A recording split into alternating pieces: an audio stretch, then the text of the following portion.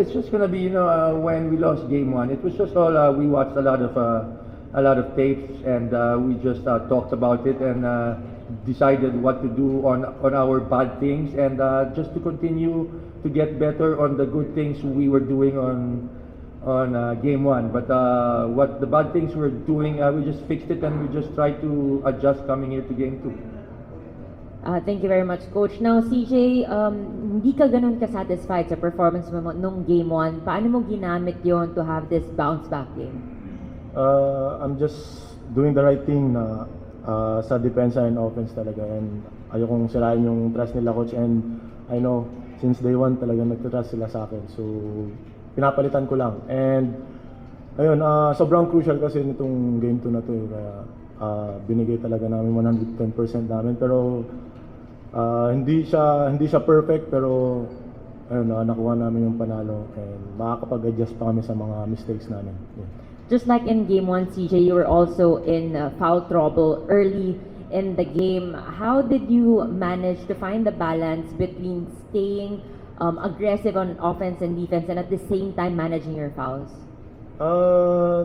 I'm just containing my man. Yun na lang yung nasa isip ko. Hindi na ako umi-steal, hindi na ako nag-gamble talaga kasi first half may 3 na naman ata ako, so kailangan ko ingatan yun, and sinabihan naman ako nila, Coach, nire-remind nila ako every pasok ko. We're now ready to entertain questions from the press. CJ, congratulations. Thank you. CJ, before nung stress mo, when you're down for may namintis ka,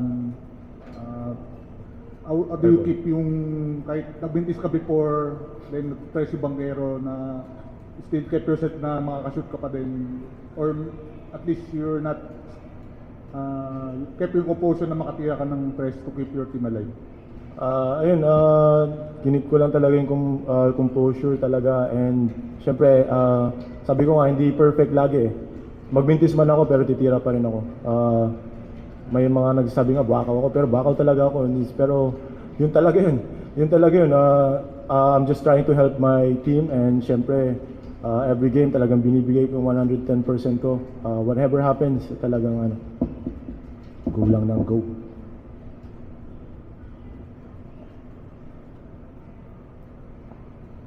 CJ, and follow up lang, last game medyo nanggigil kaya ata dun sa referees calls, pero ngayon ba may halong gigil ba yung performance mo in today's game 2? Kasi kahit na yung stakes matay lang yung series, may gigil pa rin ba doon? Sinabi ko sa sarili ko na di ko na papansinin yung mga ganong bagay, and it's my mistake also. Syempre,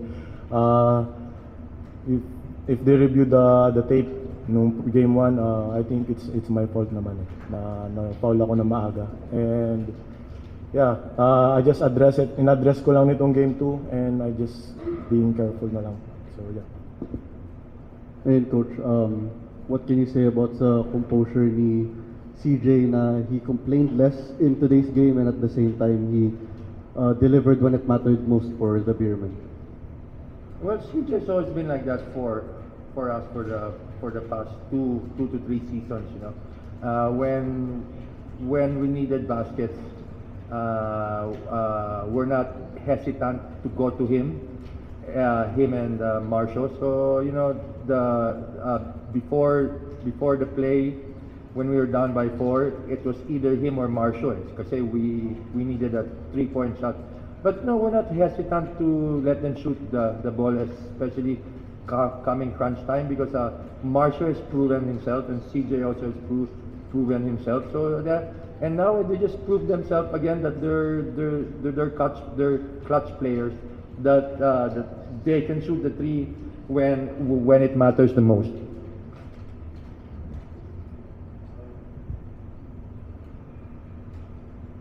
Coach, good evening. Coach, yung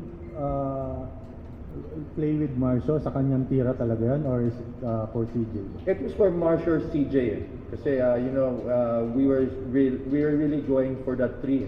Kasi in case na we just make a 2, in case we foul, and then if they make their 2 shots, it's gonna become a 4-point game. So walang chance to win, di ba?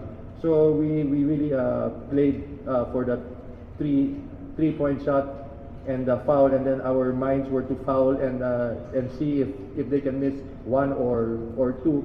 But at least if they make two, we have a chance to tie pa and to bring it to overtime. So it's either for March or CJ? Yes, either Marsh. It was a flare screen or a down screen for CJ. Okay, thank you. Coach, you barely won. Kumbaga naghabol kayo. Ano pang areas of improvement yung kailangan nyo?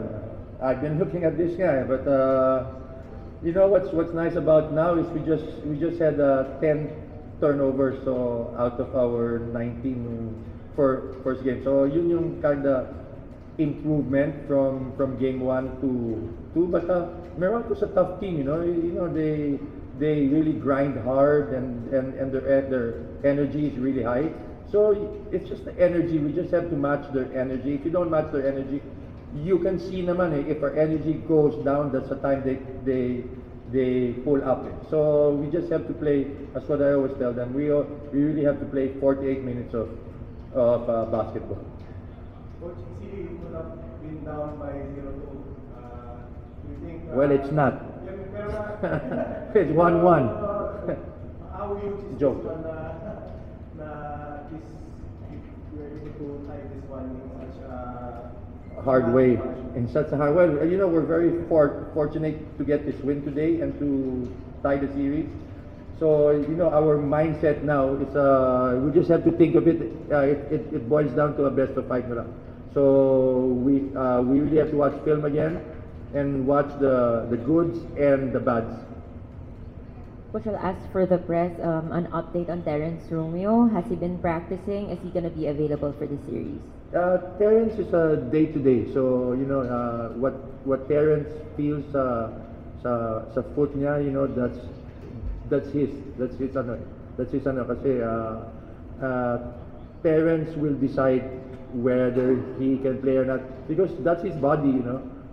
I just can't say Terrence play, but it hurts. But I'm sure if Terrence is healthy, he will play. So I'm sure his foot really hurts. And that wraps up our post-game press conference. Thank you, gentlemen. Congratulations. Thank you so much.